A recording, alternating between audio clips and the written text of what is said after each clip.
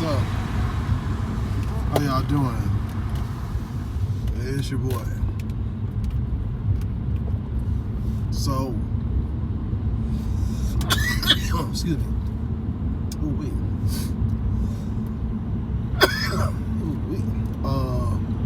It's your boy.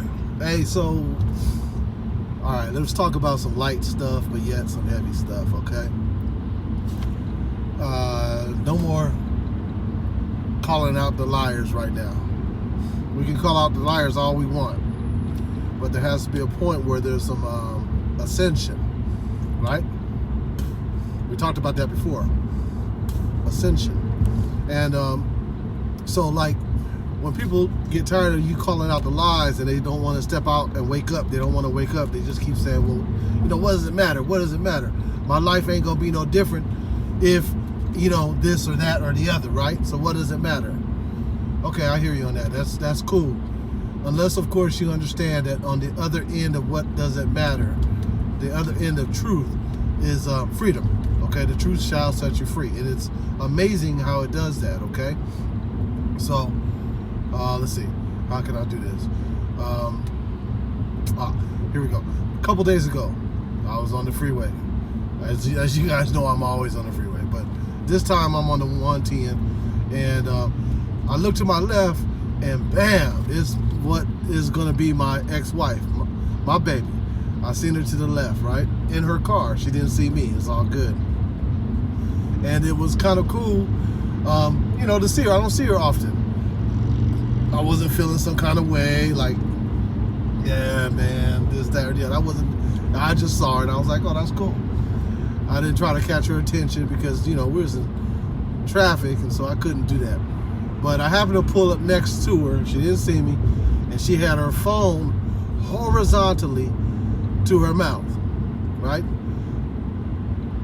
And she was just woofing. Woof, woof, woof. Excuse me, guys. Sorry about that. And I could see it. Excuse me. I could see it. I could see her just woofing. I'm like, wow. I said, damn, she looking kind of crazy, just woofing, right? Man, I threw my hand up to the Most High and said, thank you. Thank you. She's still mad about whatever. I don't know. But it's a trip. Okay? Ascension. Ascension tools. Here's an ascension tool. And this is what happens when you pursue truth. You see the wholeness of truth. And in particular, when you see the truth about the grandest and largest lie of them all, there's some ascension that happens, right? That's nice. And what happens is this. Okay, let's assume that you can conjure up a happy feeling. Okay? Like, I just had a happy feeling when I saw that. When I saw her on the freeway, and I looked, and it reminded me of the shit I was in, and I was like, woo, thank you, Lord. I had a happy feeling. There was a good feeling that came over me. But let's say I can conjure up that feeling at any point in time, right? I could recall something that was an event or an experience that was very satisfying, very gratifying to me. And in fact, it gave me a great feeling. And sometimes, I mean, it was a happy feeling. Let's just focus on happy. That's the emotion we want to focus on, right? So let's say you can conjure up happy at any time. If I ask if you can do that, and you're honest and you say, yes, I can say that you are truly, you know, an enlightened being. You have the ability to control some of your emotions, and in fact are able to put forth your greatest emotion. That's joy or happiness. Okay? Now, let's get back to that in a second. I was thinking about this movie I was watching a few years, many years ago, and I saw it again, and I was like, wow, this is actually a metaphysical movie. And it is Monsters, Inc. And those of us with kids, or even those that didn't have kids, do you remember Monsters, Inc.? Monsters, Inc. was when they had these crazy-ass monsters that would walk through a door, a porthole, go into a kid's room, and then scare the hell out of them, and they would steal their loot. I mean, steal their their energy.